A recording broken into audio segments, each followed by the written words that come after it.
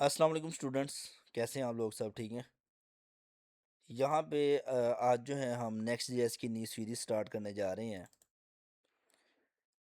Hopefully कि आपकी JavaScript अच्छे से कंप्लीट हो गई होगी। और अगर उसमें कोई इशू होगा तो इंशाल्लाह उसको हम आगे डिस्कस कर लेंगे।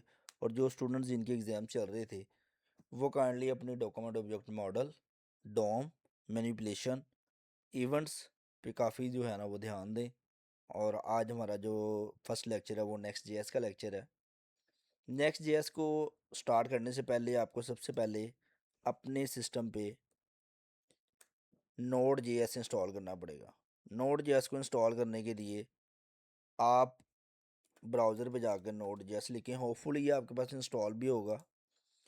नोड जेएस पे जाके इसकी ऑफिशियल वेबसाइट है गेट नोड जेएस, और विंडो के लिए आप इसको यहाँ से इंस्टॉल कर लें।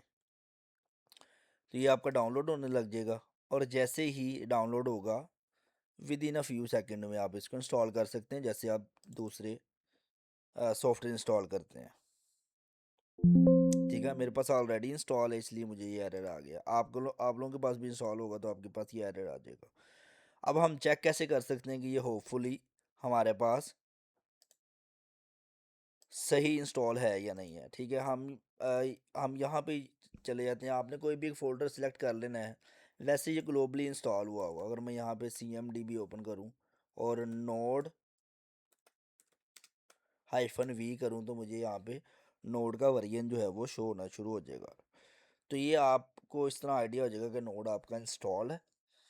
और यहाँ पे आपने कोई भी डायरेक्टरी सेलेक्ट कर लेनी है। वहाँ पे आपने नेक्स्ट जेएस का एक फ़ोल्डर बना ले, ताकि आपको पता होगा मेरे नेक्स्ट जेएस के जितनी प्रोजेक्ट्स हैं वो सारे के सारे मेरे इसी फोल्डर में रहने वाले हैं। और इस फोल्डर पे जाके आप कमांड लाइन ओपन करें। कमांड लाइन का अब आपको काफ़ी काम करना पड़ेगा। यहाँ पे आप लोग अब कमांड रन कर सकते हैं npx create next app @latest। ठीक है, ये कमांड रन करेंगे तो आपकी अब नेक्स्ट की जो ऐप है इसकी जो कोर फाइल्स हैं, बॉयलर प्लेट कोड है, वो सारे का सारा इंस्टॉल होना शुरू हो जाएगा। ये थोड़ा टाइम लेता है डेफिनेटली। इंटरनेट का होना बहुत ज़रूरी है इसके लिए, क्योंकि विदाउट इंटरनेट आप इसको डाउनलोड नहीं कर सकते।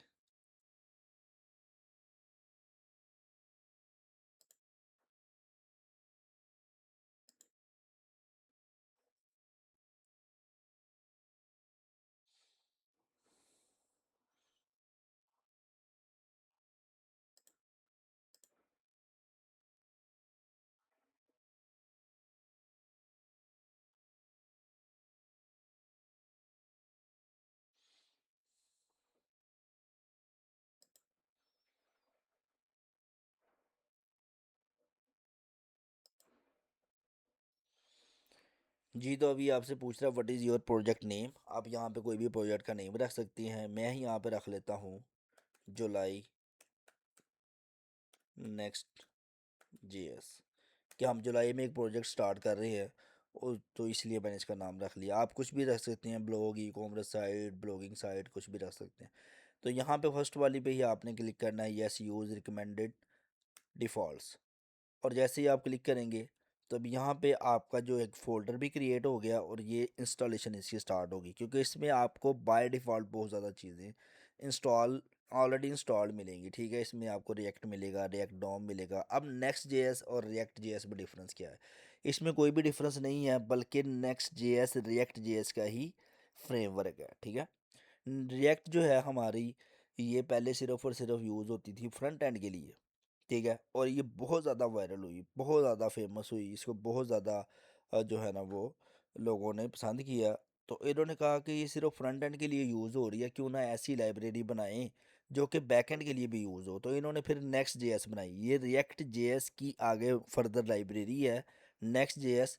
नेक्स्ट जेएस पे आप फ्रंट एंड भी बना सकते हैं एंड बैक एंड भी बना सकते हैं। रिएक्ट जेएस पे सिर्फ फ्रंट एंड बना सकते थे, तो काफ़ी ज़्यादा डिमांड थी उसकी। लोग बैकएंड पे लारावेल यूज़ कर रहे थे, पाइथन यूज़ कर रहे थे, डिफरेंट डिफरेंट फ्रेमवर्क यूज़ कर रहे थे।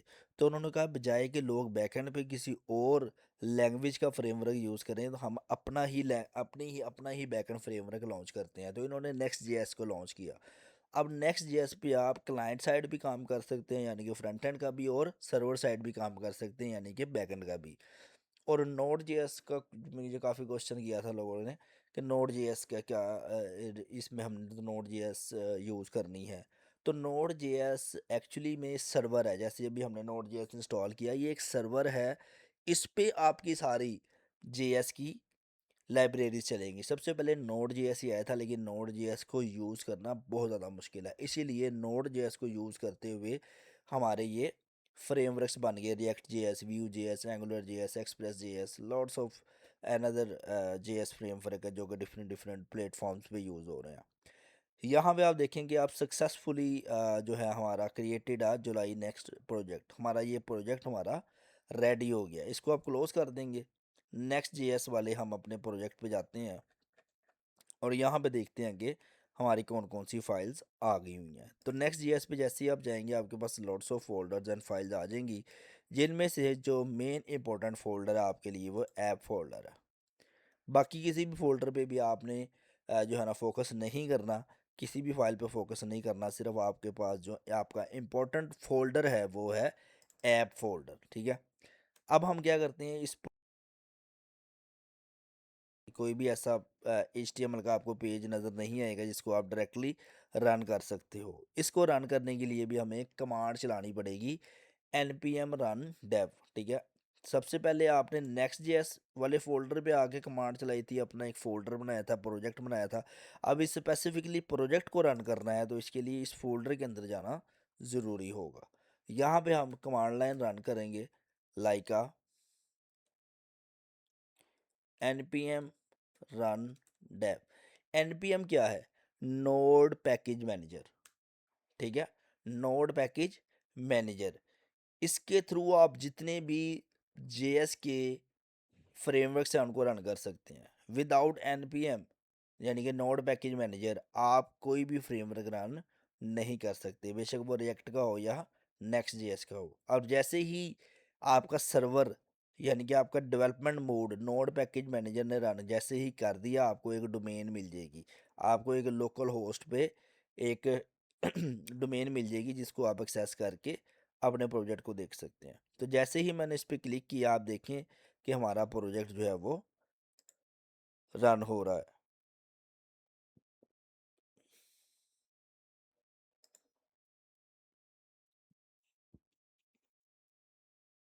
क्योंकि ये सर्वर साइड है, क्योंकि हमारे सिस्टम पे ही सर्वर इंस्टॉल है, तो फर्स्ट टाइम थोड़ा टाइम लेगा क्योंकि सारी फाइल्स रीड होनी होती हैं और ब्राउज़र पे भी उसको जो है ना वो लोड होना होता है सब फाइल्स को। अब देखें आपका जो सक्सेसफुली नेक्स्ट जेएस का जो प्रोजेक्ट है वो रन हो गया। ठीक है। आपका ये होम पेज आ गया। अब इसको मैं अपने कोड एडिटर पे भी रन कर लेता हूँ।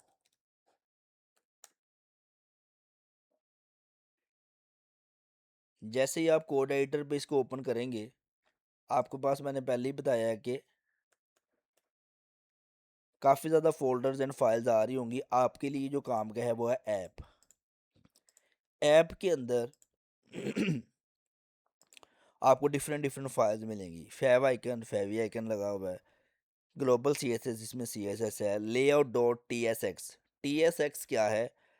ये एक आपकी जो फाइल का एक्सटेंशन है। जैसे आपकी फाइल की एक्सटेंशन थी जावास्क्रिप्ट, तो जावास्क्रिप्ट में काफ़ी ज़्यादा इश्यूज आते थे। अगर आप कोड को सही लिखते हो या तो मतलब कि गलत भी लिखते हो थोड़ा बहुत, तो कोड रन हो जाता था। उसी वजह से जब बड़े प्रोजेक्ट बनते थे उसमें काफ़ी ज़्यादा इशू आता था। इसीलिए जो नेक्स्ट जेएस है इसने रिकमेंड किया कि आप टाइप स्क्रिप्ट यूज़ करें। टाइप स्क्रिप्ट सबसे पहला वर्जन है जेएस का। ठीक है। इस ये तब आया जब जेएस का नामो निशान नहीं था, यानी कि सबसे पहला नाम जेएस का टाइप स्क्रिप्ट ही था। जावा जब लैंग्वेज आई तो जावा की बहुत ज़्यादा पॉपुलैरिटी होगी, इसलिए जावा स्क्रिप्ट यानी कि टाइप स्क्रिप्ट वालों ने अपना जो इस लैंग्वेज का नाम जावा से इंस्पायर होकर जावास्क्रिप्ट रख लिया। टाइप स्क्रिप्ट एक स्ट्रिक्ट मोड है जावास्क्रिप्ट का, यानी कि इसमें आपको वो सारी चीज़ें ऐड करनी ही पड़ेंगी, तभी जाके कोड चलेगा। जावास्क्रिप्ट की तरह नहीं है कि थोड़ा बहुत अगर हमने गलती कर भी दी है तो कोड रन हो जाएगा। तो इसीलिए अब आपकी फाइल्स का जो है ना एक्सटेंशन जावास्क्रिप्ट यानी कि डॉट जेएस से हो जाएगा TSX, टाइप स्क्रिप्ट सिंटैक्स। ठीक है। और आपके जो पेजेस हैं उनका भी, यानी कि ये भी पेज है, ये भी पेज है, फ्रंट एंड के पेज हैं। लेआउट डॉट TSX यानी कि इसमें सारा लेआउट होगा।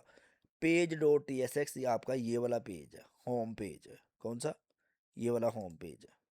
और यहाँ पे अब हम क्या करते हैं, इस पेज पे जाते हैं और रिटर्न में हमें जो भी कुछ मिला हुआ है इसको मैं रिमूव कर रहा हूँ।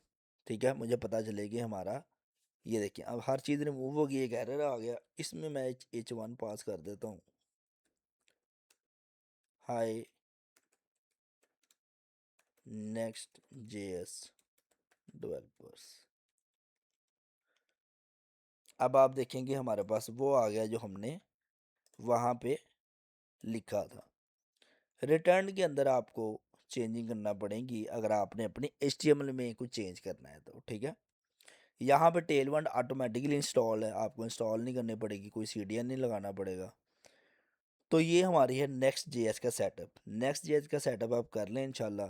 ठीक है, मंडे ट्यूसडे को हमारी नेक्स्ट क्लास है, इसमें मैं आपको मज़ीद नेक्स्ट JS का कुछ काम करके बताऊंगा जिससे आपको एक्सपर्टीज़ होगी। तो जावास्क्रिप्ट कंप्लीट कर लें और नेक्स्ट JS का ये प्रोजेक्ट कंप्लीट जो है ना, प्रोजेक्ट कम से कम सेटअप कर लें, ताकि मंडे को जब मैं आऊँ तो मैं इंशाल्लाह आपको एक प्रॉपर हेल्दी लेक्चर दूं, ताकि उसमें हम नेक्स्ट JS की काफ़ी ज़्यादा चीज़ें चेक कर लें। ये आपके पास सारा लेआउट है, यहाँ पे आप पेजेस बना सकते हैं। ठीक है, अभी फ़िलहाल इस पेज पे आप काम करें, आपको नेक्स्ट कोई पेज बनाने की अभी ज़रूरत नहीं है, इसी पेज पे आप काम करें। ठीक है, तो मिलते हैं इंशाल्लाह मंडे एंड ट्यूसडे को, तब तक के लिए अल्लाह हाफिज़।